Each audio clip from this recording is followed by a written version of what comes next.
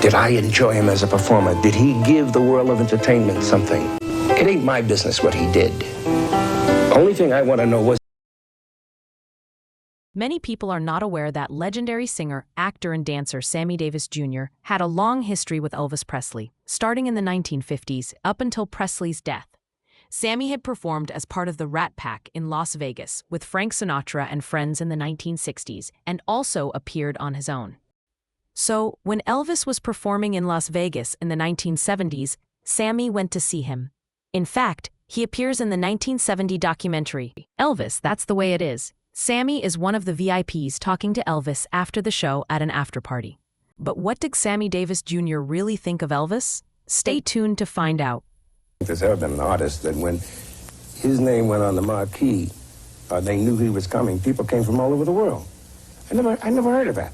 But that concert in 1970 wasn't the first time Elvis and Sammy hung out together.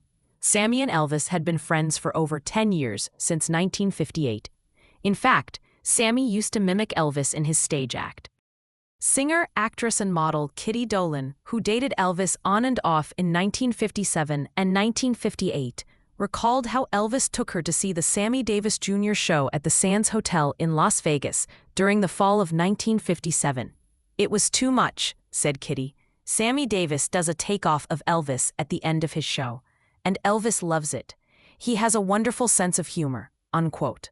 This news clipping from February 1958 states that, quote, "Sammy does Elvis." Howling out lyrics to "You Ain't Nothing But a Hound Dog," Sammy Davis Jr. mimics rock and roller Elvis Presley during performance show at Hollywood's Moulin Rouge.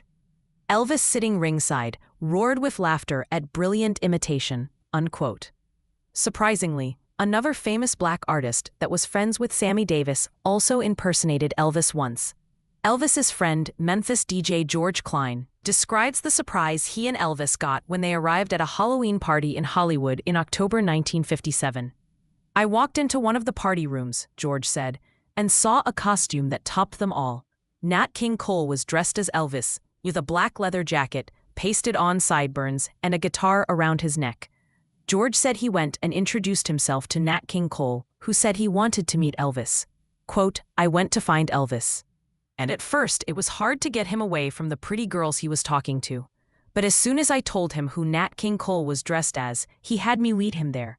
I'll never forget the sight of Mardi Gras Elvis standing there talking to Nat King Cole Presley." Unquote.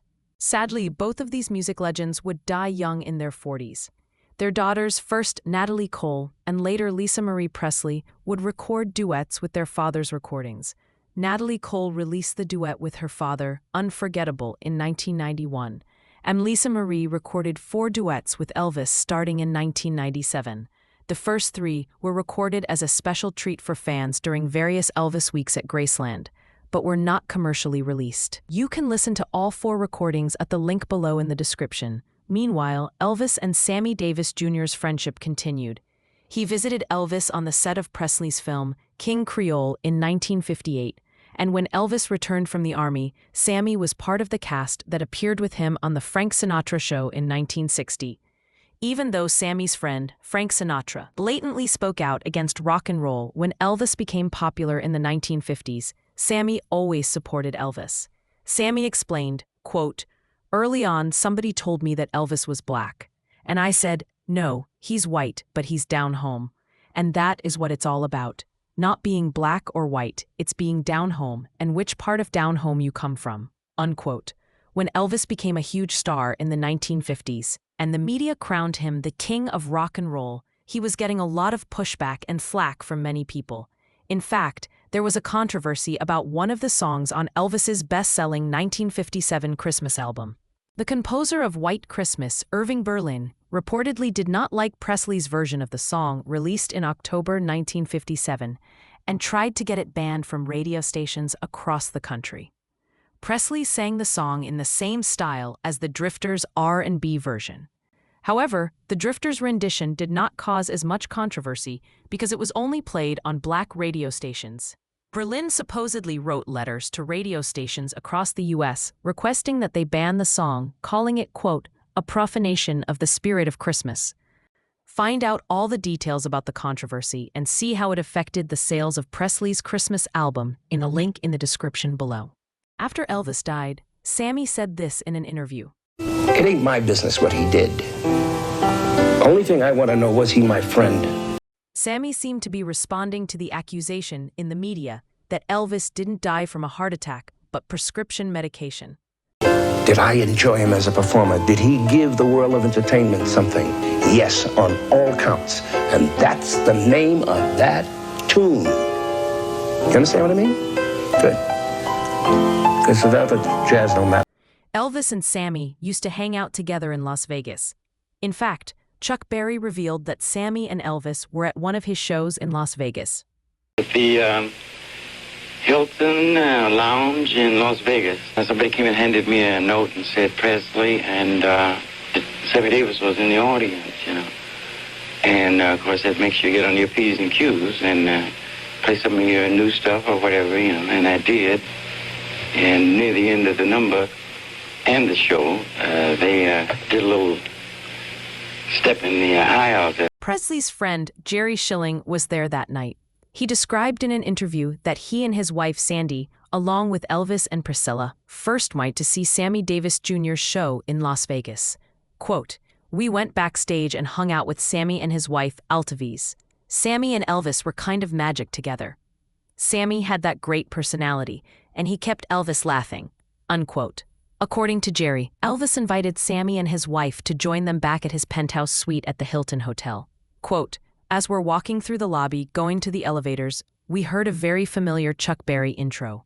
And Sammy and Elvis just looked at each other, and with a smile, we all just turned around without anything being said, and we headed for the lounge. There was one table of people, maybe two. The whole lounge was about empty. We went down to a booth in front, and Elvis was a fun guy. He would holler out a tune. Chuck saw that it was Elvis and said, 'Hey Elvis, remember when we were battling for #1 and you had this song and I had the other song?' The real payoff was when Elvis said, 'Do Promised Land,' and he's sitting with Sammy Davis Jr. and they're singing the lines along with Chuck about a poor boy wanting to go clean through Mississippi." Unquote.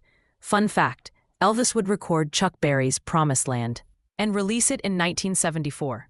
Sammy's wife, ELVIS Davis, said in an interview 11 years after Sammy died, "I think their friendship meant a lot to both of them. I think it was a very personal bond between both of them that they could both share, because they both came from very humble beginnings." Sammy said this about Elvis, quote, "On a scale of 1 to 10, I rate Elvis 11, unquote. What did Sammy's friend, Muhammad Ali, say about Elvis? Check out this video next. So if you enjoyed this video, be sure to like this video to help this channel grow. Please subscribe to this channel and ring the bell for notifications of future videos, and keep watching more Elvis videos here.